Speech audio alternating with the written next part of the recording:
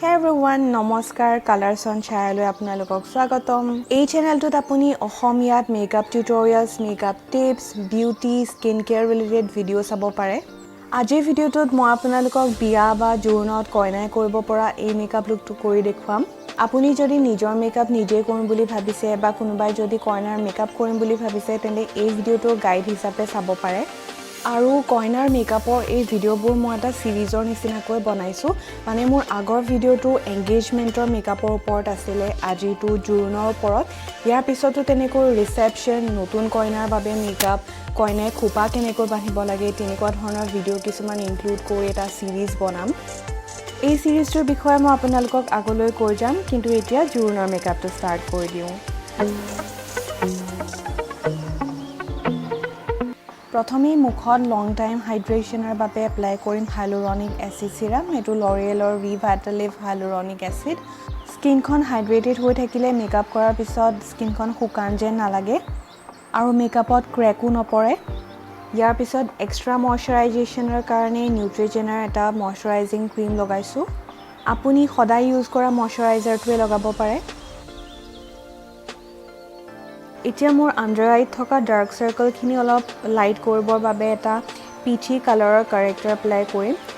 যিসকলৰ স্কিন টোনটো মোতকৈ অলপ বেছি ডিপ হয় তেওঁলোকে অৰেঞ্জ কালাৰৰ কাৰেক্টাৰ এপ্লাই কৰিব পাৰে। LA গাৰ্লৰ এটা ধুনীয়া খুব ভাল কোৱালিটিৰ অৰেঞ্জ কালাৰৰ কাৰেক্টাৰ পোৱা যায়। এই কাৰেক্টাৰটো আপুনি মুখৰ যিকোনো জেগাত যোনখিনি জেগা অলপ ক'লা ক'লা হৈ থাকে বা গ্ৰেইছ হৈ থাকে সেইবোৰ জেগাত এপ্লাই কৰিলে সেই জেগাবোৰ অলপ ব্ৰাইট দেখায় আৰু লাইট হৈ যায়। ইয়াৰ পিছত ফাউণ্ডেশ্যন লগাম আৰু ফাউণ্ডেশ্যনৰ বাবে মই আজি এপ্লাই কৰিম লেকমিৰ মুজ ফাউণ্ডেশ্যন। এই ফাউণ্ডেশ্যনটো ব্ৰাইডেল মেকআপৰ কাৰণে আপুনি ব্যৱহাৰ কৰিব পাৰে, কাৰণ ফাউণ্ডেশ্যনটোৱে ভাল কাভাৰেজ দিয়ে, মিডিয়াম কাভাৰেজ দিয়ে আৰু বিল্ডেবলো হয়। যদি আপুনি ইয়াতকৈ বেছি কাভাৰেজ বিচাৰে তেতিয়া আকৌ এবাৰ এপ্লাই কৰিব পাৰে। লগতে এই ফাউণ্ডেশ্যনটো এপ্লাই কৰাৰ আগতে আপুনি বেলেগকৈ প্ৰাইমাৰ এপ্লাই কৰিব নালাগে, যিহেতু ফাউণ্ডেশ্যনটো খুব স্মুথ হয় আৰু লং লাষ্টিঙো হয়, গতিকে স্কিনত এনেই খুব ধুনীয়াকৈ ভালকৈ ব্লেণ্ড হৈ যায়। আৰু আপুনি দেখিছে যে মোৰ স্কিনৰ স্পটবিলাকো অলপ হাইড কৰিব পাৰিছে ফাউণ্ডেশ্যনটোৱে।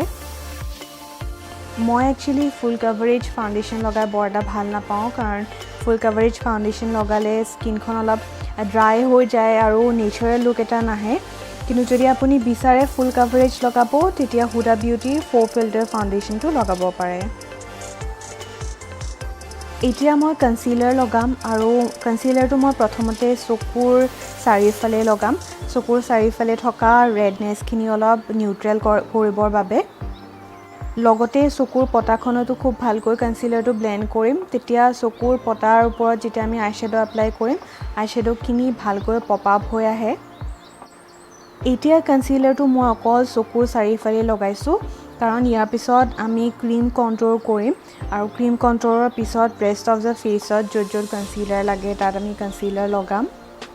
কিন্তু এতিয়া আইব্ৰাউখিনি আঁকাৰ সময়। আইব্ৰাউখিনি প্ৰথমতে মই চুগাৰৰ এডাল পেঞ্চিলেৰে শ্বেপটো দি লৈছোঁ আৰু ভিতৰখিনি অলপ ফিল কৰি লৈছোঁ।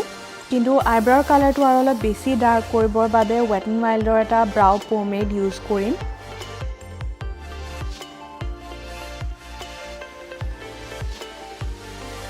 এতিয়া মই জাষ্ট এংগুলাৰ ব্ৰাছ এডাল লৈ পেলাই ধুনীয়াকৈ আইব্ৰাউখিনি ফিল কৰি দিছোঁ আইব্ৰাউ পমেডটোৰ সৈতে। আইব্ৰাউ পমেডবিলাক অলপ জেল কনচিষ্টেঞ্চি হোৱাৰ কাৰণে আইব্ৰাউখিনি বহুত দেৰিলৈকে তাৰ শ্বেপটো মেইনটেইন হৈ থাকে।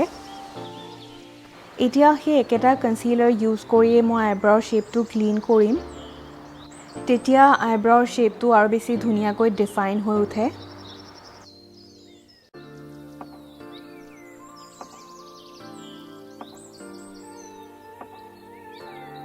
এইবাৰ লগাম ক্ৰীম কণ্ট'ৰ।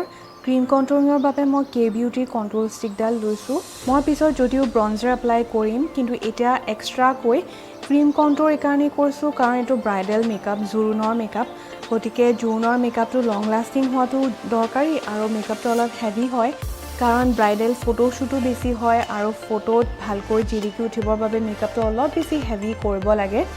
আৰু সেইকাৰণে ক্ৰীম কণ্ট'ৰ এপ্লাই কৰিলে কণ্ট'ৰখিনি আমাৰ লং লাষ্টিং হয় আৰু কণ্ট'ৰখিনি দেখাটো বেছি ভালকৈ ফুটি উঠে। কণ্ট্ৰৰিংখিনি মই জ লাইনত, চিকবনৰ তলত আৰু কপালত এপ্লাই কৰি ল'লোঁ।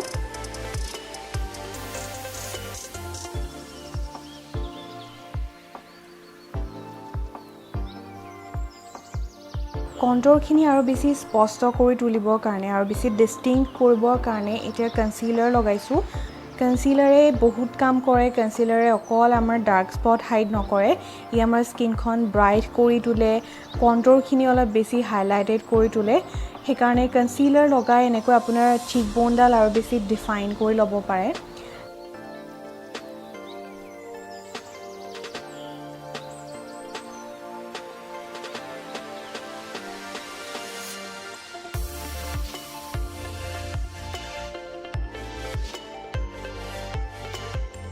লগতে হাইলাইটিঙৰ বাবেও মই নোজ ব্ৰিজ, চিন এৰিয়া আৰু কপালৰ মাজৰ মানে চেণ্টাৰ অংশত কনচিলাৰটো এপ্লাই কৰি ল'লোঁ।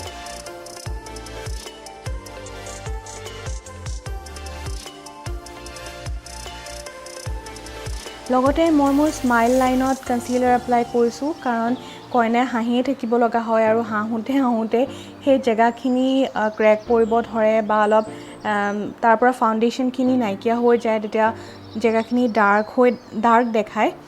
সেইকাৰণে কনচিলাৰটো এই লাইন কেইডালত ভালকৈ এপ্লাই কৰি ব্লেণ্ড কৰি ল'ব লাগে।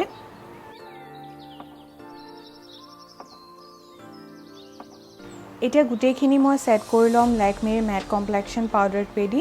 এই পাউডাৰটো আপোনালোকে ব্যৱহাৰ কৰিব পাৰে গৰম দিনত যদিহে মেকআপ কৰে। গৰম দিনত এই পাউডাৰটো লগোৱাৰ পিছত আমাৰ স্ৱেট বা অইল বহুখিনি কণ্ট্ৰল হয়।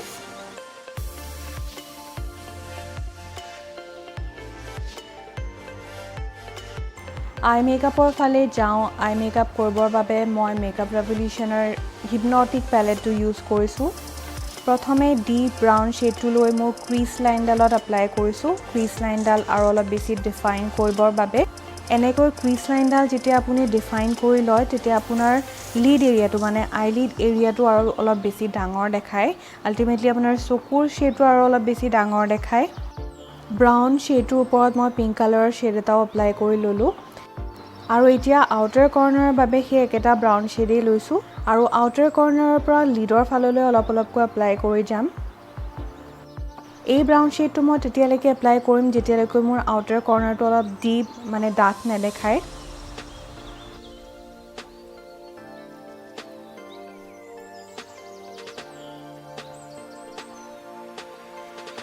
এতিয়া আকৌ সেই পিংক কালাৰৰ শ্বেডটো ল'ম আৰু এডাল ডাঙৰ ব্ৰাছৰ সহায়ত মোৰ লোৱাৰ লেছ লাইনত এপ্লাই কৰিম, যেনেকৈ আপাৰ লিডত এপ্লাই কৰিছিলোঁ। আৰু ইয়াৰ পিছত এটা ব্লেক কালাৰৰ শ্বেড এপ্লাই কৰিম লোৱাৰ লেছ লাইনটো আৰু বেছি ডিপ কৰিবৰ বাবে। এই ব্লেক কালাৰৰ শ্বেডটোৱে মই মোৰ আউটাৰ কৰ্নাৰতো এপ্লাই কৰিছোঁ, কিন্তু খুব কমকৈ এপ্লাই কৰিছোঁ যিহেতু এইটো ডে টাইমৰ মেকআপ লুক, জোৰোণৰ বাবে কৰা মেকআপ লুক। জোৰোণৰ মেকআপ লুকত আই মেকআপত বৰ বেছি ডাৰ্ক কালাৰ ইউজ কৰিলে ভাল নালাগে। আই লিডৰ খালী থকা জেগাখিনিত এপ্লাই কৰিম এটা গল্ডেন কালাৰৰ শিমাৰী শ্বেড। ইয়াৰ ওপৰত এটা গল্ডেন কালাৰৰ মেটালিক শ্বেড এপ্লাই কৰিম, কিন্তু মেটালিক শ্বেডটোৰ কাৰণে এই শিমাৰী শ্বেডটো এটা বেছ হিচাপে কাম কৰিব। এনেই হোৱা হ'লে এই গল্ডেন শ্বেডটো অকলে লগালেও বহুত ভাল দেখায়, কিন্তু মেটালিক শ্বেড এটা লগালে বেছি ভাল দেখাব যদি জোৰোণৰ মেকআপ কৰা হয়। মই আকৌ এবাৰ পিংক কালাৰৰ শ্বেডটো এপ্লাই কৰিছোঁ আউটাৰ কৰ্নাৰৰ ব্ৰাউন কালাৰ আৰু লিডৰ গল্ডেন কালাৰটোৰ মাজত এটা ট্ৰানজিশ্যন আনিবৰ কাৰণে। নাও ফাইনেলি আইলিডখন একদম ষ্টানিং দেখাবৰ বাবে এই মেটালিক শ্বেডটো এপ্লাই কৰিছোঁ। এইটো চুইছ বিউটিৰ মেটালিক লিকুইড আই শ্বেডো। শ্বেডটো হৈছে শ্বেম্পেইন। ফ্লেট ব্ৰাছ এডালৰ সহায়ত খুব ভালকৈ এপ্লাই কৰি লোৱাৰ পিছত এতিয়া ছাইডৰখিনি ব্লেণ্ড কৰি দিছোঁ এডাল সৰু ফ্লাফি ব্ৰাছৰ সহায়ত। আৰু এই লিকুইড শ্বেডোটো যদিও লিকুইড একদম কুইকলি ড্ৰাই হৈ যায়, টেনশ্যন ল'ব নালাগে ক'ৰবাত লাগি যাব বুলি। ইয়াৰ পিছত ইনাৰ কৰ্নাৰত এপ্লাই কৰিছোঁ এটা আৰু বেছি শ্বাইনি গল্ডেন শ্বেড। চকুৰ ইনাৰ কৰ্নাৰটো আমাৰ নেচাৰেলি অলপ ব্ৰাইট হৈ থাকে আৰু সেইকাৰণে মেকআপ কৰাৰ সময়তো অলপ ব্ৰাইট কালাৰৰ শ্বেড এটা এপ্লাই কৰিছোঁ ইনাৰ কৰ্নাৰত। এতিয়া আইলাইনাৰ লগাম আৰু আইলাইনাৰ লগাবলৈ মই এটা পেন ইংক লাইনাৰ ইউজ কৰিছোঁ, এইটো ফেচেছ কেনাডাৰ। খুব ইজিলি উইং লাইনাৰ আঁকিব পাৰে এই লাইনাৰটোৰ সহায়ত, যদিও মই খুব শ্বৰ্ট উইং এডাল ৰাখিছোঁ। আইলেছেছৰ চেণ্টাৰ এৰিয়াত মই আইলাইনাৰ লগোৱা নাই, যিহেতু মোৰ হুডেড আইলিডছ আছে আৰু ফলছ আইলেছেছ লগালে মোৰ আইলেছেছৰ চেণ্টাৰ অংশখিনি এনেও দেখা নাপায় গতিকে সেইখিনি মই স্কিপে কৰি দিছোঁ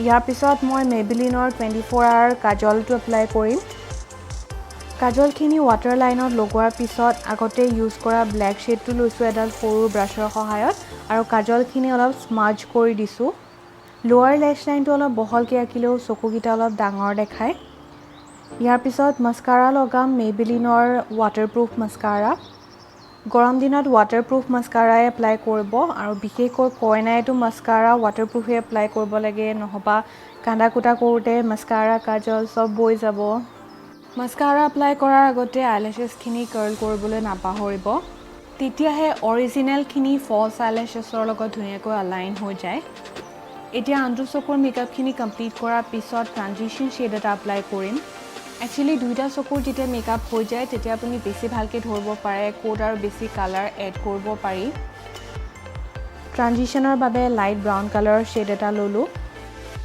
এতিয়া আইব্ৰাও বোন হাইলাইটিঙৰ কাৰণে আইশ্বেডো পেলেটটোৰ পৰা এটা শিমাৰী আইশ্বেডো এপ্লাই কৰি ল'লোঁ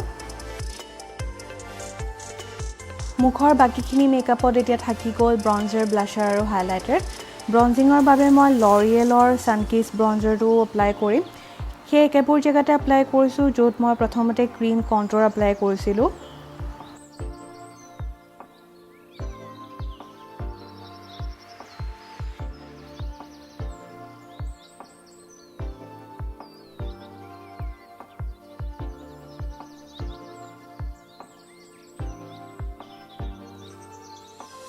এতিয়া মুখখনত এটা শ্বাইন আনিবৰ বাবে হাইলাইটাৰ লগাম চিকবোনৰ ওপৰত ফৰহেডৰ চেণ্টাৰ এৰিয়াত আৰু চিন এৰিয়াত ৱেট এণ্ড ৱাইল্ডৰ কালাৰ আইকন হাইলাইটাৰটো এপ্লাই কৰিছোঁ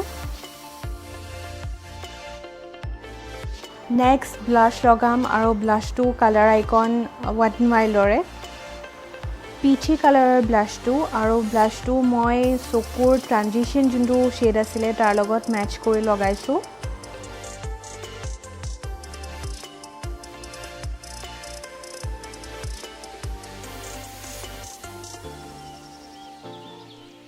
ফাইনেলি নোজ কণ্ট্ৰ'ৰিং আৰু হাইলাইটিং কৰিম তাৰ বাবে মই আইশ্বেডো পেলেটটোৰ পৰা এটা কুল টোন ব্ৰাউন শ্বেড লৈছোঁ আৰু এডাল মোটা ব্ৰাছৰ সহায়ত নোজ কণ্ট্ৰ'ৰিং কৰিছোঁ আৰু টিপ অফ দ্য নোজ আৰু নোজ ব্ৰিজত এই হাইলাইটাৰটো লগাইছোঁ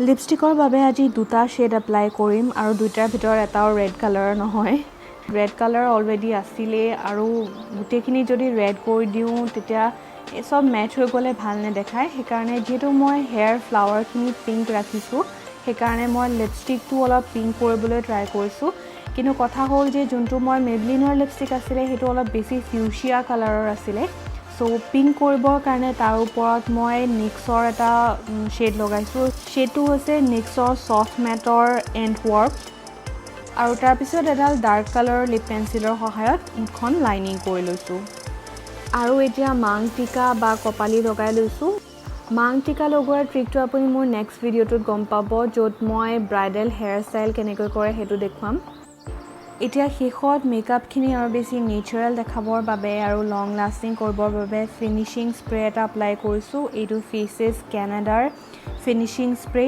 যি এটা ডুই লুক দিয়ে মানে শ্বাইন কৰি থকা লুক এটা দিয়ে চ' মেকআপ লুকটো এতিয়া কমপ্লিট হৈ গ'ল যদি ভাল লাগিলে তেন্তে এটা লাইক কৰিবলৈ প্লিজ নাপাহৰিব লগতে এনেকুৱা ধৰণৰ ভিডিঅ'বোৰ মানে মেকআপ টিউটৰিয়েলছ আৰু কইনাৰ মেকআপৰ এই গোটেই ছিৰিজটোৱে যদি আপুনি চাব বিচাৰে তেন্তে প্লিজ চেনেলটো ছাবস্ক্ৰাইব কৰি ল'ব কমেণ্ট কৰি আপোনাৰ ছাজেশ্যনছবিলাকো জনাব আপোনালোকৰ মতামতবোৰ দিলে মই ভিডিঅ'বোৰ আৰু ভালকৈ আপোনালোকলৈ প্ৰস্তুত কৰিব পাৰিম মোৰ নেক্সট ভিডিঅ'টোত আজিৰ এই হেয়াৰ ষ্টাইলটো কেনেকৈ কৰিলোঁ হেয়াৰ ফ্লাৱাৰ কেনেকৈ লগালোঁ পাফটো কেনেকৈ বনালোঁ এই গোটেইখিনি দেখুৱাম গতিকে ভিডিঅ'টো মিছ নকৰিব কিন্তু আজিলৈ ইমানখিনিতে শেষ কৰিম সকলো ভালে কুশলে থাকক তাৰে আশা কৰিলোঁ